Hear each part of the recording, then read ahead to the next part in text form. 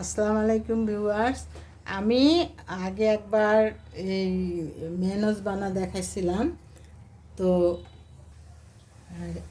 আরেকবার আগেও আমি দেখাইছি যে ডিম ছাড়া কীভাবে মেয়নিজটা বানাবেন। মেয়নিজটা আপনারা সংরক্ষণ করতে পারবেন। ডিম দেওয়াটা তো সঙ্গে সঙ্গেই খাওয়া যায়, আর এটা আপনারা সংরক্ষণ করতে পারবেন, বেশ কিছুদিন ধরে সংরক্ষণ করতে পারবেন। তো এটাই আমি আজকে এখন দেখাবো। যে প্রথমে আমি 1 কাপ দুধ দিলাম, 1 কাপ দুধ দিলাম। আর এখানে আমার এই বাটিতে আমার আধা চামচ চিনি লবণ আছে, আধা চামচেরও কম লবণ, আধা চামচ সাদা সরিষা গুঁড়া আর 1 চামচ চিনি। এগুলো আমি এর মধ্যে ঢেলে দেব।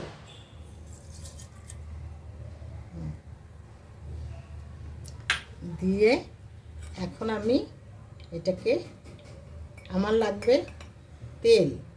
এখন এটার মধ্যে আমি তেল দেব, আমি একটু করে তেল দেব আর এটাকে ঘোরাবো, ব্লেন্ড করব।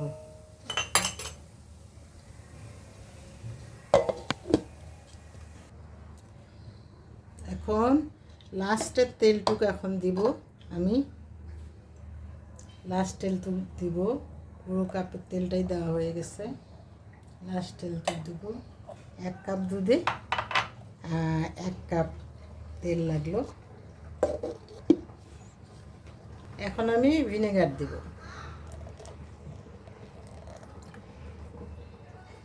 ভিনেগার আমি 2-3 বারে দিব। যতক্ষণ পর্যন্ত মেয়নিজটা ঠিকমতো হবে না ততক্ষণ পর্যন্ত আমি ভিনেগার দিব। হ্যাঁ, এই যে এখন মেয়নিজটা রেডি, আপনাদের মেয়নিজ রেডি।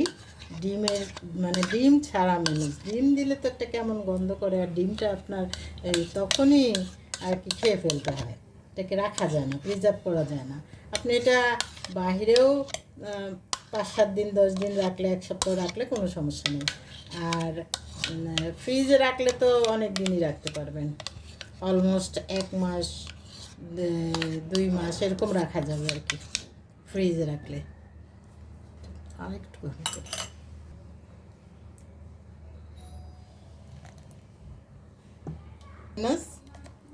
এই যে দেখেন কত সুন্দর মেয়নিজ।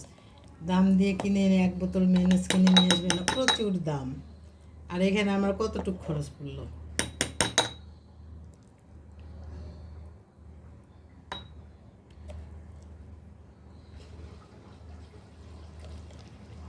ঠিক আছে, আপনারা বাসায় এরকম করে মেয়নিজ বানান, খান।